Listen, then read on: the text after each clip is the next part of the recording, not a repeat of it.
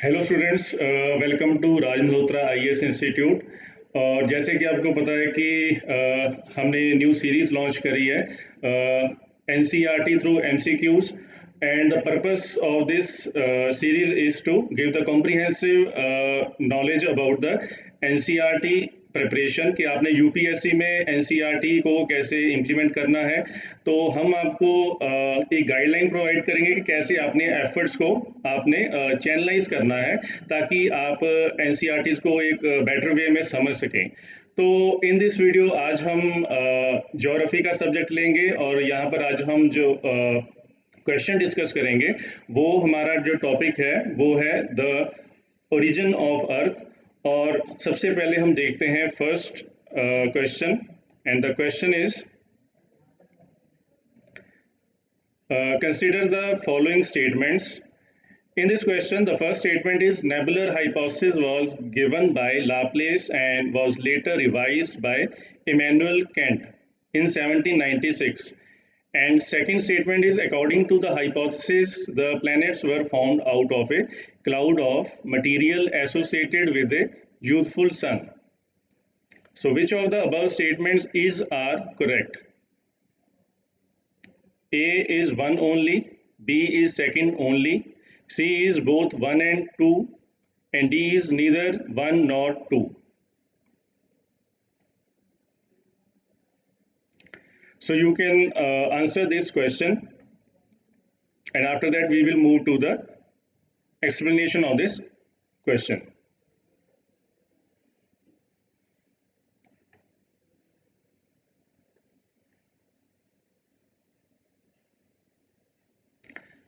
Okay, so the answer of this question is answer B, that is second only.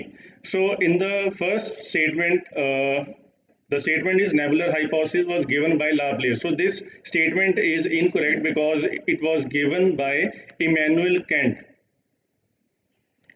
Okay, so अगर हम बात करें इस statement की, अगर नेबुलर हाइपोथेसिस की हम बात करें तो ये जो हाइपोथेसिस है जो ये ओरिजिनली दिया गया था by the Immanuel Swedenborg in 1734, and after that it was developed by Immanuel Kant, क्योंकि पहले जो इमैनुअल स्वीडनबर्ग थे उन्होंने इस थ्योरी के कुछ पार्ट्स को प्रपोज करा था, बट आफ्टर दैट इमैनुअल जो कैंट थे उन्होंने काफ़ी ज़्यादा इसको फर्दर डेवलप करा इस थ्योरी को।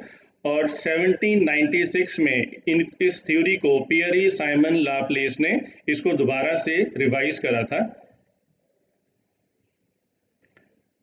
ओके, और इमैनुअल कैंट जो थे उन्होंने अपनी थ्योरी में ये बताया था कि according to this hypothesis the planets were formed out of a cloud of material associated with a youthful sun. Okay, this explanation was given by the Immanuel Kant. So अब अगर हम यहाँ पर नेबुलर हाइपोथेसिस की बात करें तो मैं आपको एक ब्रीफ में इसके बारे में कुछ बताना चाहता हूँ कि नेबुलर जो थ्योरी थी तो इसको बहुत ज़्यादा साइंटिस्ट ने इसको रिवाइज भी करा। इवन देन इन 1900 जब चैम्बरलिन एंड मोल्टन जो थे उन्होंने भी इसको दोबारा से रिवाइज करा, and according to him there was a star that was approaching the sun. तो वहाँ पे एक सिगार शेप्ड एक मटेरियल जो था वहाँ पर एक फॉर्मेशन हुई, and when that star passes near the sun, after that वो जो पार्ट था मटेरियल का वो यहाँ से अलग हो गया और वो एक अलग प्लैनेट जो थे उसकी फॉर्मेशन हुई। लेकिन जो एट प्रेजेंट जो इसका मॉडर्न वेरिएंट है इस हाइपोथेसिस का, जिसको हम कहते हैं सोलर नेबुलर डिस्क मॉडल, जिसको हम न्यू नेबुलर थ्योरी कहते हैं, इसके अकॉर्डिंग क्या था कि देयर वाज अ डेंस मास, यानी कि क्लाउड था एक मॉलिक्यूलर हाइड्रोजन का, और उस क्लाउड में क्या था कि जो ग्रेविटेशनली ये बहुत ज़्यादा अनस्टेबल था, तो उस टाइम पे इसकी जो रोटेशन थी वो भी स्लो थी। तो उसके सेंटर में जो मैटर था वो कोएगुलेट होना शुरू हो गया, कंडेंस होना शुरू हो गया, और उसने उस मास की कोर बना दी, तो जिससे कि it ultimately result into the formation of star. But that coagulation यानी condensation of matter in the center of the nebula That was due to the shock wave that was produced by the supernova explosion that occurred near that nebula, and stars were ultimately found. But that formation of stars was not that much simple, because उसमें क्या था कि जब stars की formation हुई थी तो उसके राउंड एक प्रोटोप्लैनेटरी डिस्क जिसको हम कहते हैं उसकी फॉर्मेशन हुई थी, और कहा जाता है कि उस डिस्क से ही बाकी के जो प्लैनेट्स थे उनकी फॉर्मेशन हुई थी।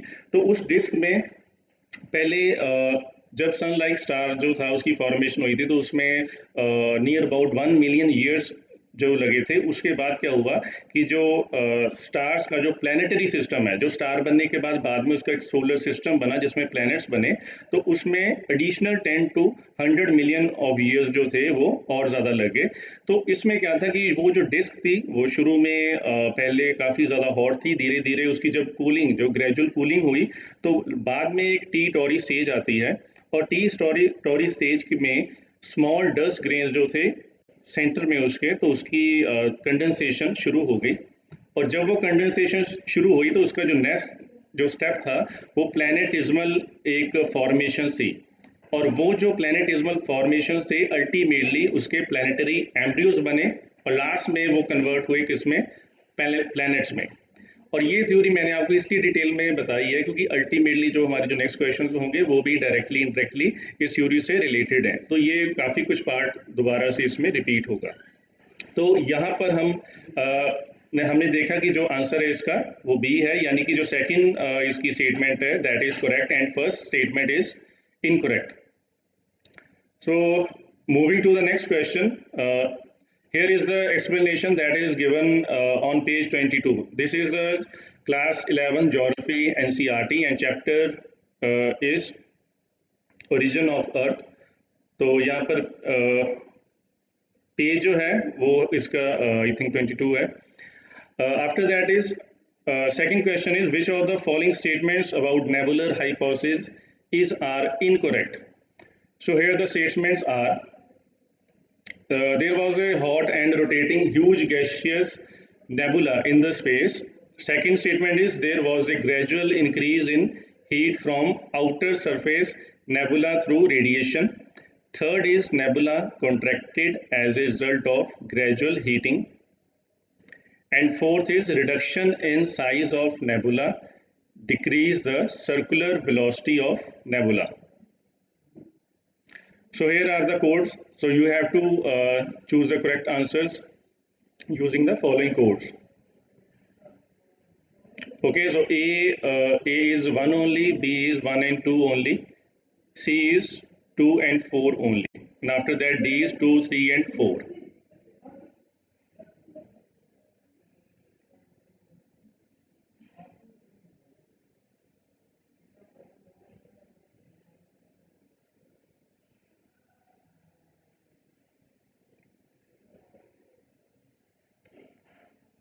So this question has answer D.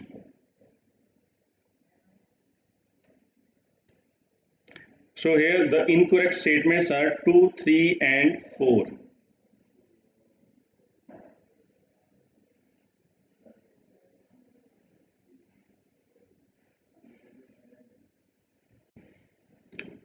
So first statement is there was a hot and rotating huge gaseous nebula in the space. Okay, so this statement is correct.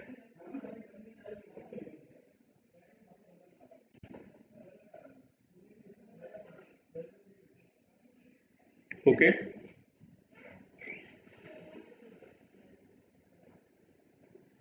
so here answer is D. So now we are going to discuss this question. So here are there was a hot and rotating huge gaseous nebula in the space.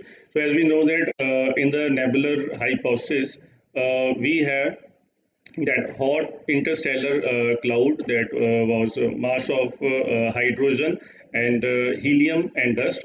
So first statement is here correct, Second is there was a gradual increase in heat from outer surface nebula through radiation. This statement is incorrect. The reason is that shock wave due to the supernova explosion that occurred outside the nebula, it caused the interior of the nebula to fuse. The material at that point fuse and the particles collide with each other, and due to that the temperature rises in the center of the nebula. Okay, and third is nebula contracted as a result of the gradual heating. This statement is not correct because nebula didn't contracted due to the gradual heating. इसका जो main reason था वो ये था कि उसके centre में जो फ्यूज़न शुरू हुई थी पार्टिकल्स की, ठीक है, और उसकी वजह से वो कॉन्ट्रैक्ट हुआ था, not due to the gradual heating.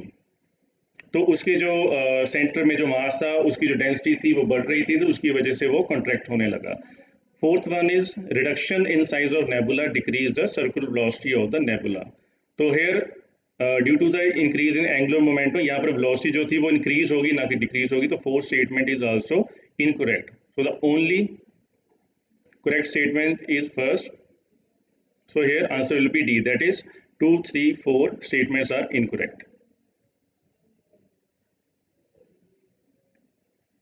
Okay, so this is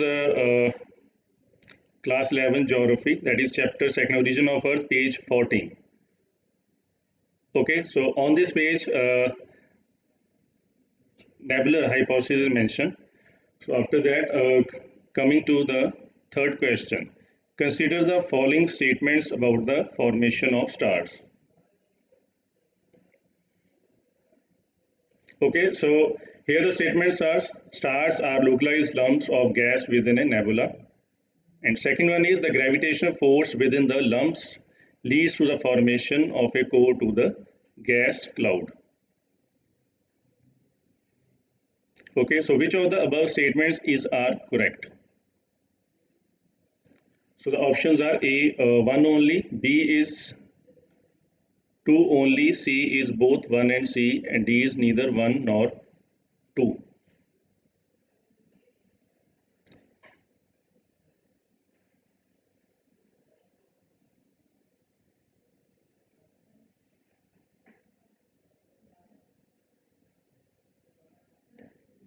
Okay class, in the question you are asking about the class that from which class these questions are made.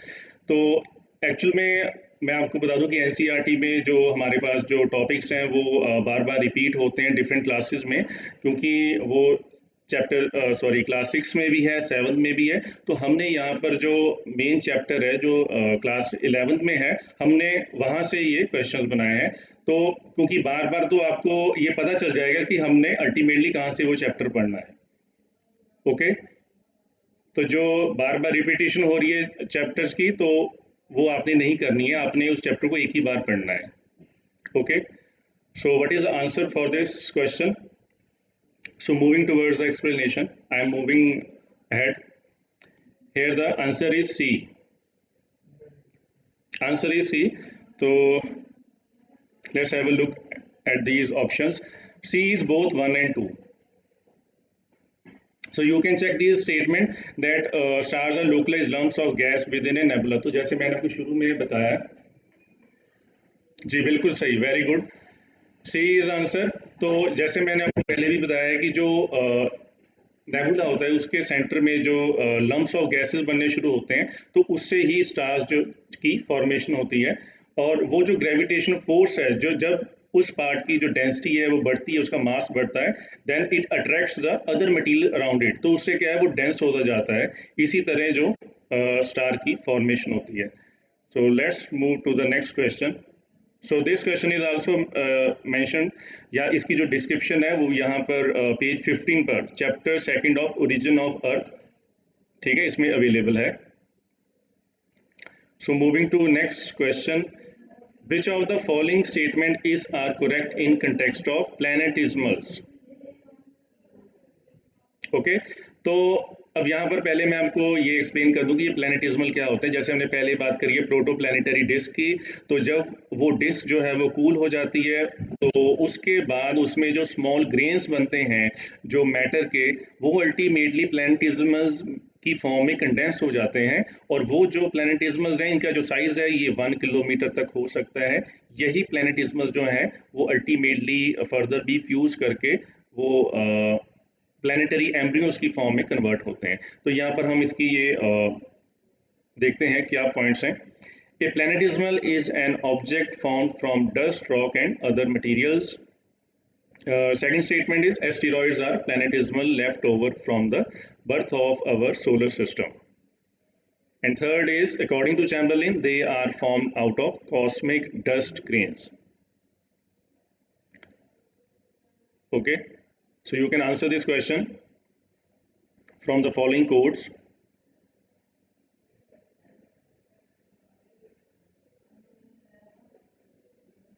Okay, Anwar, you have answered D. Very good. D is the correct answer. Okay, so D is all of the above.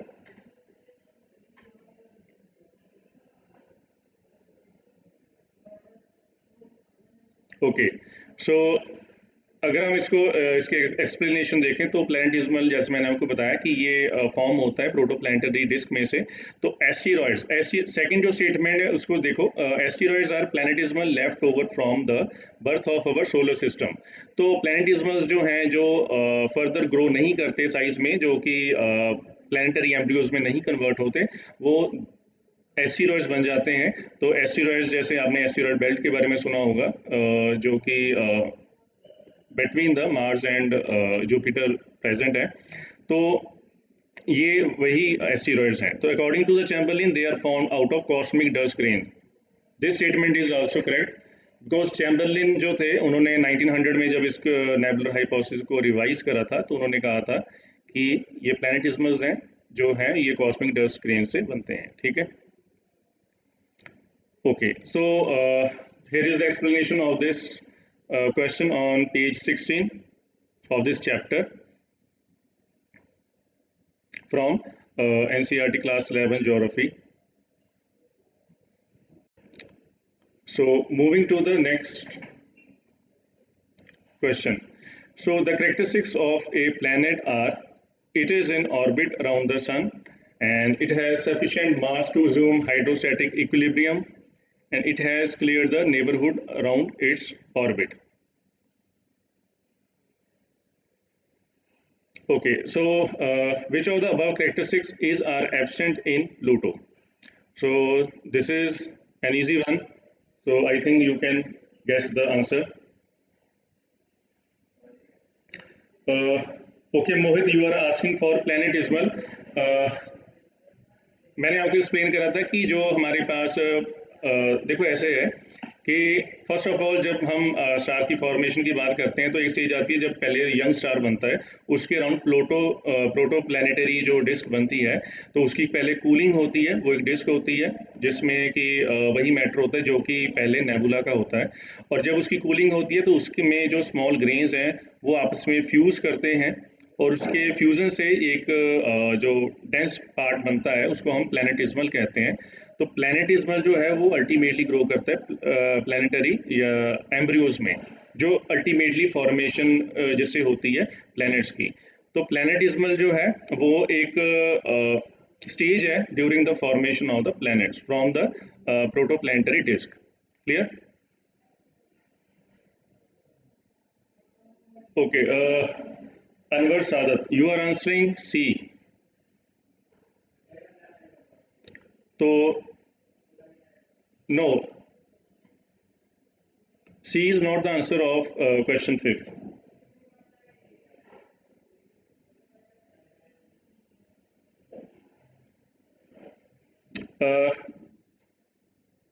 Moving toward the answer, its answer is B. The answer of question 5th is B. देखते हैं इसमें क्या है।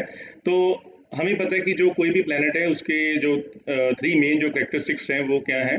First is it is an in orbit around the sun, कि ये सन के around revolve कर रहा होना चाहिए।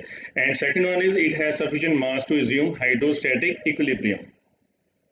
तो हाइड्रोस्टैटिक इक्विलिब्रियम का मीनिंग क्या है कि जो इसका मास है वो इतना होना चाहिए कि सपोज उसका कुछ सफिशिएंट मास है और वो रिवॉल्व कर रहा है, तो अल्टीमेटली जो उसकी शेप जो है वो स्फेरिकल हो जाएगी। तो इट मीन्स अब प्लूटो की जो शेप थी वो तो स्फेरिकल थी, we all know that. And जो थर्ड इसका पॉइंट है, it has clear the neighbourhood around its orbit. इसका मीनिंग है कि उसकी जो ग्रेविटेशनल पुल है, जो उसके अराउंड कुछ भी मटेरियल है, कोई मैटर है, वो उसको पुल करके अपने जो नेबरहुड को वो क्लियर कर देगा। सो द थर्ड जो करेक्टरिस्टिक्स था वो प्लूटो में एब्सेंट था, ड्यू टू विच इन 2006 जो हमारी इंटरनेशनल एस्ट्रोनॉमिकल जो यूनियन है उन्होंने इसको प्लैनेट के कैटेगरी से इसको रिमूव कर दिया था और इसको ड्वार्फ प्लैनेट डिक्लेयर कर दिया था। तो यहाँ पर हमारा जो आंसर है वो बी रहेगा। यस श्याम, हाँ yes your answer is right. So this is B. Okay, so here we can see the explanation that planet is a celestial body। तो इसके जो तीन characteristics है यहाँ पर clearly mention किए हुए हैं। और after that the international astronomical union, उसके बारे में बताया हुआ है कि उन्होंने इसको हाँ डिक्लेयर कर दिया था dwarf planet, क्योंकि उसमें जो थर्ड जो था क्राइटेरिया था वो इसको फुलफिल नहीं कर रहा था। ओके, सो यहाँ पर पेज 16 पर इसको इसकी नॉट कंप्लीट लेकिन पार्शियल यहाँ पर एक्सप्लेनेशन जो है वो दी गई है कि यहाँ पर उसको ड्वार्फ प्लैनेट डिक्लेयर करा गया था। ठीक है, पेज नंबर 16 पे। Now let's move to the next question. This is also a simple question. So consider the following statement. Question number 6 is consider the following statements. First is Venus lies between the Sun and the belt of asteroids. Second is Jovian planets are larger than the terrestrial planets and have thick atmosphere. Third is atmosphere of Jovian planets mainly consists of hydrogen and helium. Okay, so which of the following statement are correct? A is 1 only, B is 2 and 3 only, C is 1 and 3 only, D is all of the above. Okay, so you can answer this question.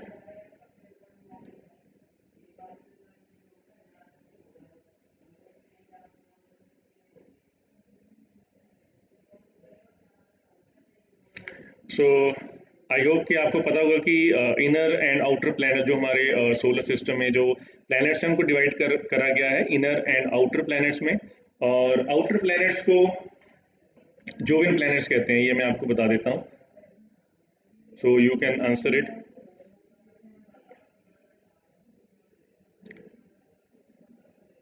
Okay, तो मैं इसका okay Shahrukh Khan. Okay, so you are asking that what is terrestrial planets? Okay, see I have told you that जो inner जो हमारे solar system के planets हैं हमने उनको डिवाइड किया हुआ है इनर एंड आउटर प्लैनेट्स में। तो जो इनर प्लैनेट्स हैं वो है मरकरी, वीनस, अर्थ और मार्स, तो उसको टेरेस्ट्रियल प्लैनेट्स कहा जाता है। और जो आउटर प्लैनेट्स हैं जो कि जुपिटर है, सैचुरन है, यूरेनस है, नेपच्यून है, उनको हम जोवियन प्लैनेट्स कहते हैं। तो अब यहाँ पर सेकंड जो ऑप्शन उसमें है कि Jovian planets are larger than the terrestrial planets and have thick atmosphere. और ये जो स्टेटमेंट है ये बिल्कुल करेक्ट है।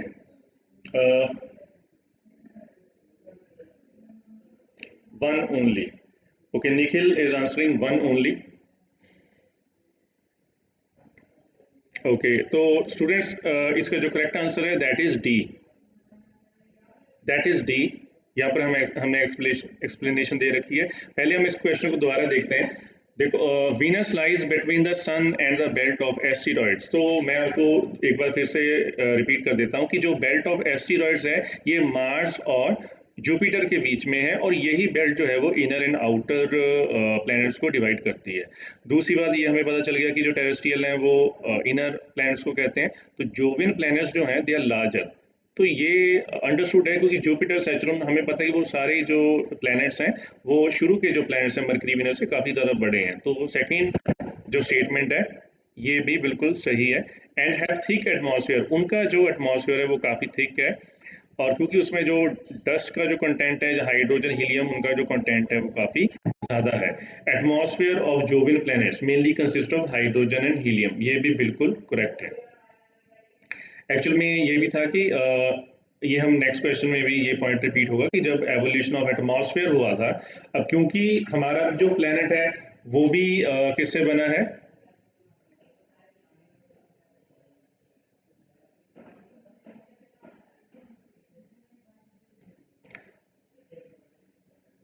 ओके, तो जो हमारा प्लेनेट है वो भी प्रोटोप्लैनेटरी डिस्क से बना था, जो डिस्क नेबुला से बना था। तो शुरू में इसका एटमॉस्फेयर वही होगा, जब जो नेबुला पे होगा तो वहाँ पर हाइड्रोजन एंड हीलियम की कंसंट्रेशन काफ़ी ज़्यादा थी। तो यहाँ पर भी ये जो थर्ड पॉइंट है, एटमॉस्फेयर और Jovian planets mainly consist of hydrogen and helium, तो उनके एटमॉस्फेयर में हाइड्रोजन हीलियम जो है वो ज़्यादा है। तो पहले अर्थ के एटमॉस्फेयर में भी हाइड्रोजन और हीलियम ज़्यादा थी, लेकिन after that due to the large time period जिसमें वॉल्केनोज बने, बहुत ज़्यादा वायलेंट मर्जर्स हुए, लेकिन उसके बाद जब लाइफ प्रोसेसेस शुरू हुए तो यहाँ पर ऑक्सीजन एंड CO2 जो थे, उनका जो कंसंट्रेशन थी वो एटमॉस्फेयर में बढ़ गई। लेकिन क्योंकि लाइफ प्रोसेसेस जो हैं वो जोविन प्लैनेट्स पे नहीं है, तो वहाँ पर अभी भी जो कंसंट्रेशन है वो हाइड्रोजन हीलियम की ज़्यादा है। So here answer is D. तो here it is explained inner planets क्या होते हैं, आउटर प्लैनेट्स क्या होते हैं, and after that outer planets are also called Jovian planets. Okay, तो यहाँ पर एटमॉस्फेयर की बात करी गई है कि they have thick atmosphere as compare to the inner planets which consist of hydrogen and helium. Okay, I hope कि आपको ये समझ आ गया होगा पॉइंट ये क्या है।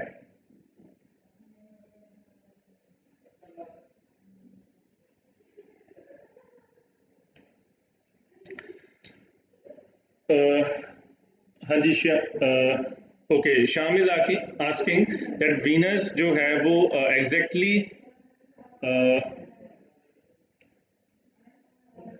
इज नॉट इमीडिएट, अच्छा, is not immediately between sun and asteroid belt, so how can we understand the first statement? Okay, तो मैं यहाँ पे ये कहना चाहूँगा कि जब हमने सन और एस्टेरॉयड बेल्ट की बात करी, हमने between sun and asteroid belt की बात करी है, तो उसमें जो प्लैनेट्स हैं वो mercury, Venus, earth and Mars हैं। तो ऑब्वियस है कि ये सन और एस्टेरॉयड के बीच में कहीं पर भी हो सकता है। अगर मैं इसको कहता कि अर्थ और एस्टेरॉयड बेल्ट, तो फिर आप कह सकते थे कि भाई सर ये यहाँ पर सिर्फ मार्स की बात हो रही है, क्योंकि अर्थ और एस्टेरॉयड बेल्ट के बीच में तो सिर्फ मार्स है। ओके, लेकिन यहाँ पर हमने लिखा है सन एंड बेल्ट ऑफ एस्टेरॉयड, तो उसके बीच में जितने भी प्लैनेट्स हैं उनमें से कहीं पर भी ये हो सकता है। तो ये स्टेटमेंट बिल्कुल करेक्ट है।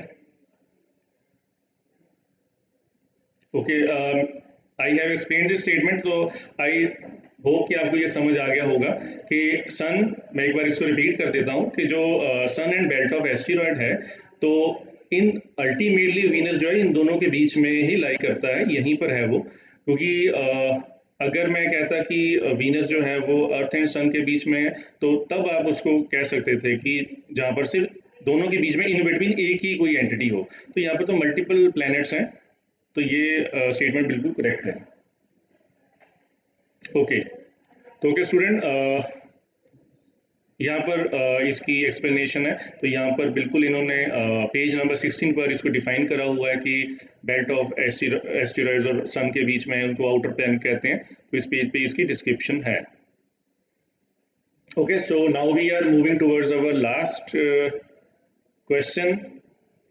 Okay, so the question is which of the following statement is are correct in context of the evolution of the atmosphere?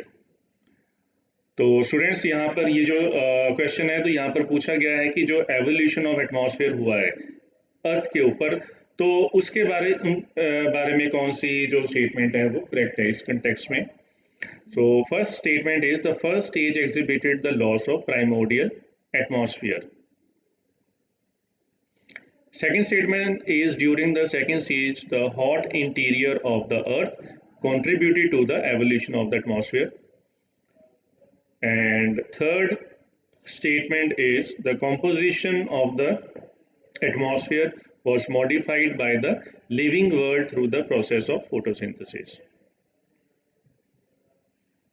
Okay, so you can answer this question. I hope कि अभी तक हमने जितने भी point discuss करे हैं तो आपको थोड़ा सा आइडिया हो गया होगा कि इसका आंसर क्या होना चाहिए. तो let's see. Okay, Lakshya Chaudhary, question 7, answer D. Very good, D is the correct answer. Very good Lakshya. Okay, Shyam has also answer D. Very good. तो अगर हम इस क्वेश्चन की बात करें तो यहाँ पर क्या पूछा गया है, देखते हैं. First stage exhibited the loss of primordial atmosphere. Second stage में hot interior of the earth contributed to the evolution of atmosphere. And third जो है, the composition of atmosphere was modified by the living world. तो यहाँ पर answer है D. D का meaning है तीनों जो स्टेटमेंट्स हैं वो करेक्ट है.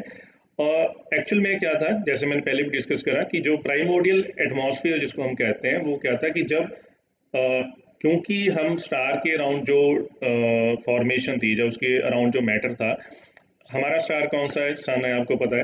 तो सारे के सारे प्लैनेट्स जो हैं वो उससे ही बने हैं. तो हमारे यहाँ का जो एटमॉस्फेयर था उसमें सेम कंपोनेंट से जो उस स्टार के अराउंड थे. तो यहाँ पर हाइड्रोजन एंड हीलियम था.